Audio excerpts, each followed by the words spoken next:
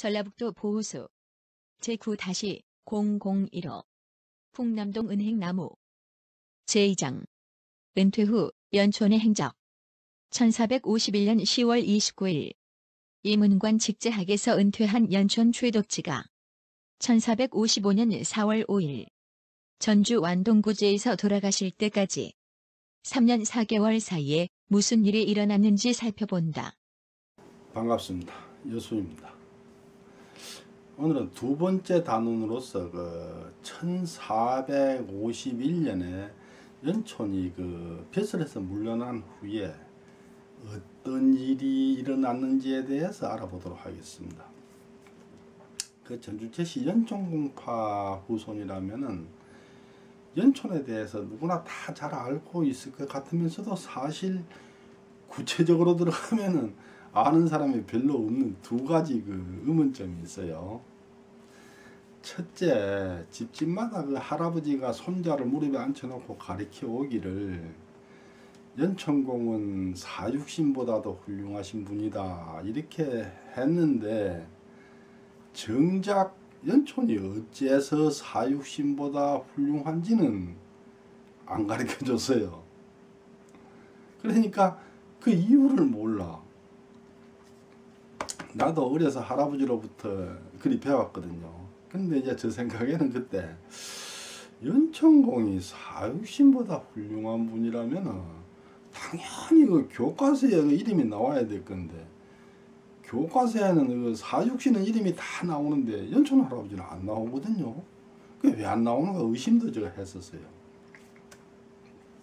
두 번째로, 연촌의 묘소는 전북 완주군 소양면 죽전리 분토동 조덕산에 있습니다.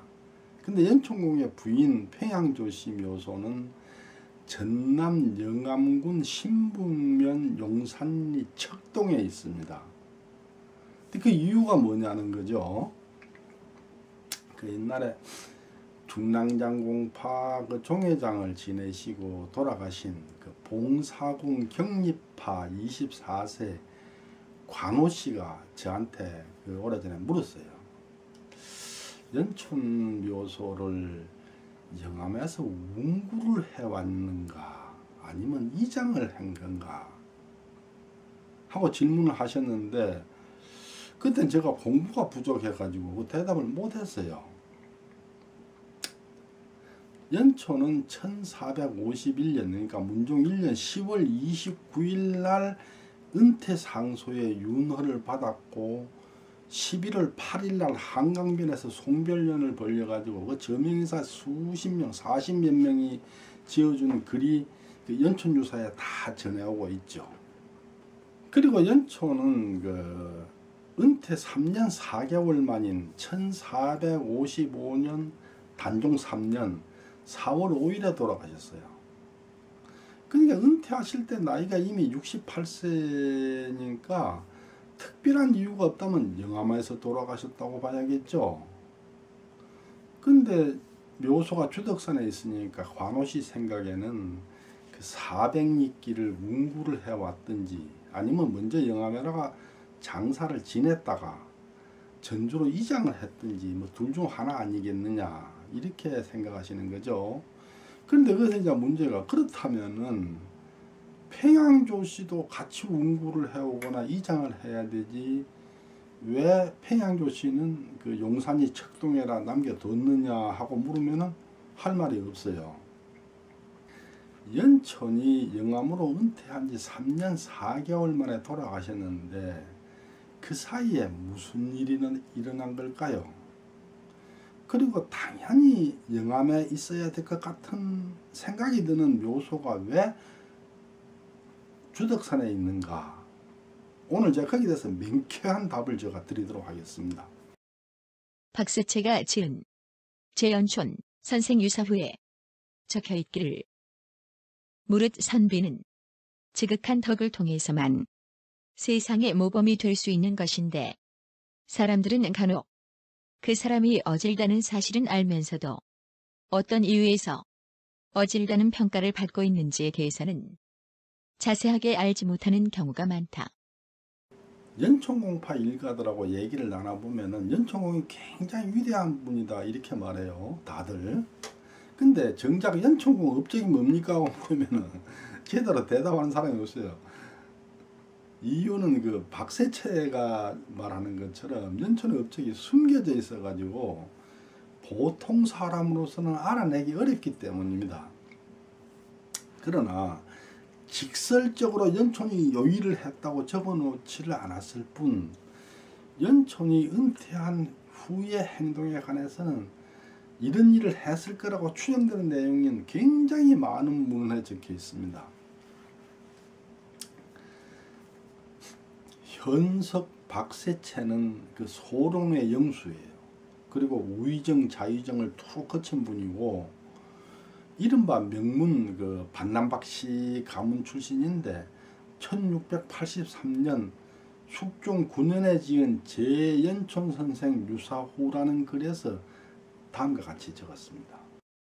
박세채가 지은 제연촌 선생 유사후에 적혀있기를 선생은 직제학에 이르기까지 벼슬을 하셨는데 문종 2년 벼슬을 사양하고 물러나 고향으로 돌아가고 난 후 얼마 오래지 않아서 나라에 불행한 사건이 자주 일어나 많은 사람들이 뜻밖의 사건에 휘말려 피해를 보았다.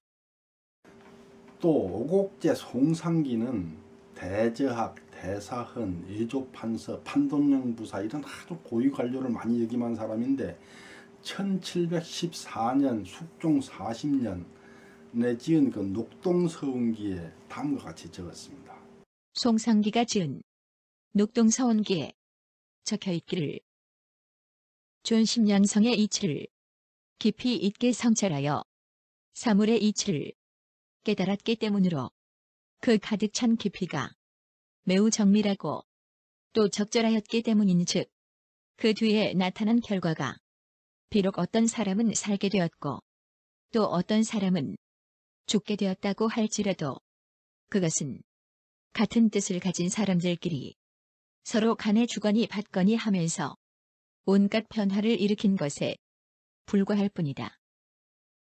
담은 이하고는 그 조선 후기의 유명한 문인화가예요. 그리고 가문이 좋아요. 자의정 이경혁의 손자고 이조판서 홍무관 대제학을 지낸 이인엽의 아들인데 그 여행을 좋아해서 여행 기행문을 많이 썼는데 문집 그 두타초에 적혀 있는 기행문 남유록에 다음과 같이 적었습니다.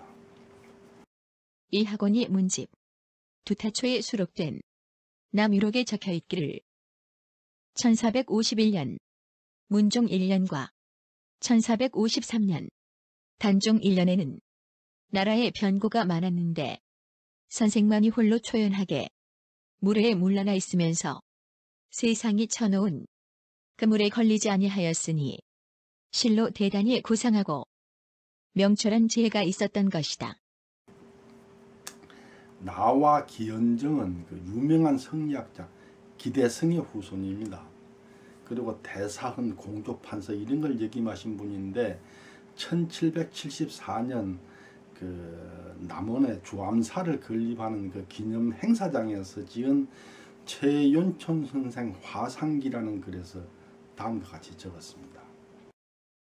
녹동서원에 봉안되어 있던 연촌공 조상화 복사 구본을 남원 주암촌에 새로 건립하는 주암사에 봉안할 때 기현정이 지은 연촌 최선생 화상기에 적혀있기를 무괴한 사람에게 붙잡혀 죽임을 당하는 것을 통하여 임금께 충성을 다하는 사람이 있는가 하면 천년이라는 오랜 역사 속에서 끊임없이 생육신이라는 아름다운 이름으로 불리는 영광을 누리면서 사람들의 존경을 받는 사람도 있으니 그중 한 사람이 바로 연촌 최선생이다.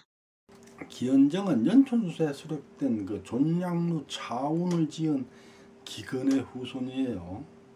근데 기근 또한 세조가 왕위를 찬탈하다 벼슬을 버리고 물러났죠. 연촌을 그 생육신이다 이렇게 적어놓은 기록이 상당히 많아요. 하지만 연촌은 생육신이 아닙니다. 생육신은 그 병자사화 후에 죽지 않고 살아남아서 세조의 조정에 반대한 6명의 신하를 말하는데, 연초는 세조가 왕이 되기도 전에 돌아가 있었어요. 그러니까 생육신이 될 수가 없죠. 역사학자들은 되게 생육신 얘기를 하면 아무 말도 안 해요.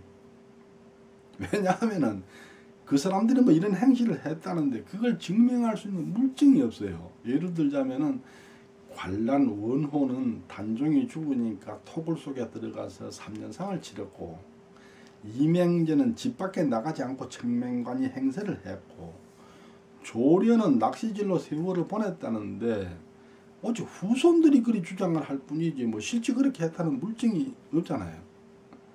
예를 들어서 조려가 낚시질을 한 게 세조하고 무슨 상관이 있는지를 증명할 수 있어야 될 거 아니에요. 그러니까 학자들은 아무 말도 안 해. 생육신의 한 사람인 그 조례의 문집 어계집에 수록되어 있는 그 남계제가 지은 그 아록을 인용한 그 병자사화라는 글에는 다음과 같이 적혀 있습니다. 생육신 조려의 문집 어계집에 남기제가 지은 아록을 인용한 글 병자사화에 적혀 있기를, 연촌 최독제는 역시 벼슬을 버리고 고향으로 돌아갔는데 세상 사람들이 사육신에 비교하였다. 설학의사 남기제는 노론계 학자죠. 류광천은 사간, 승지 이런 벼슬을 역임한 사람인데 1774년에 그 주암사 건립 기념 행사장에서 지은 연촌 최선생 영정 중모후라는 글에서 다음과 같이 적었습니다.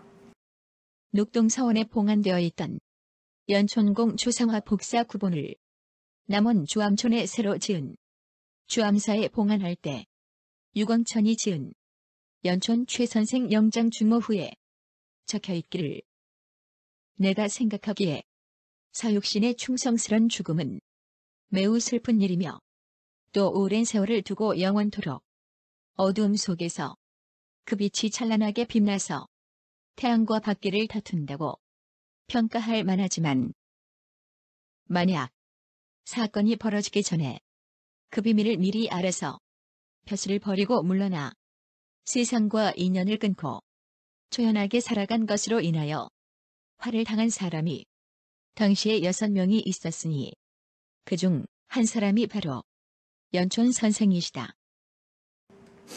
그 유명한 완산 이긍익이 만든 그 연려실기술이라는 그 야사집이 있죠. 근데 연려실기술 중에 그 단종족 고사 본말이라는 부분이 있는데 거기에 보면 정난에 죽은 여럿이나 하는 대목이 있어요. 거기에서 이긍익은 다음과 같이 적었습니다. 이긍익이 지은 연려실 기술 중 단종조 고사 본말 정난에 죽은 여러 신하에 적혀 있기를, 1453년 단종 1년에 나라에 사고가 많았는데 공이 그 이전에 스스로 물러간 것은 참으로 하늘의 비밀을 미리 알고 몸을 보전한 것 같았다. 이것으로 인하여 세상에서 일컫기를 밝은 지혜와 바른 학문과 높은 절개를 세상에 견줄 데가 없다고 하였다. 이와 같이 많은 그 후대 석학들이 연촌에 대해서 그 사육신이나 생육신하고 똑같이 동등하게 취급을 하고 있어요. 근데 그 구체적으로 왜 그러는지에 대해서는 설명을 안 하고 있기 때문에 연촌의 그 행적을 참 알기가 어렵죠. 그러다 보니까 오늘날 그 제가 만나본 어떤 대학 교수나 일부 학자들은 연촌이 실제 한 행실에 비해서 굉장히 과대평가를 받고 있다, 이렇게 말하는 사람들이 많이 있어요. 그럴 수밖에 없는 게 뭐 물증 같은 건 별로 없고 뭐 평가는 엄청 높고 하니까 뭐 그렇게 말하는 거죠.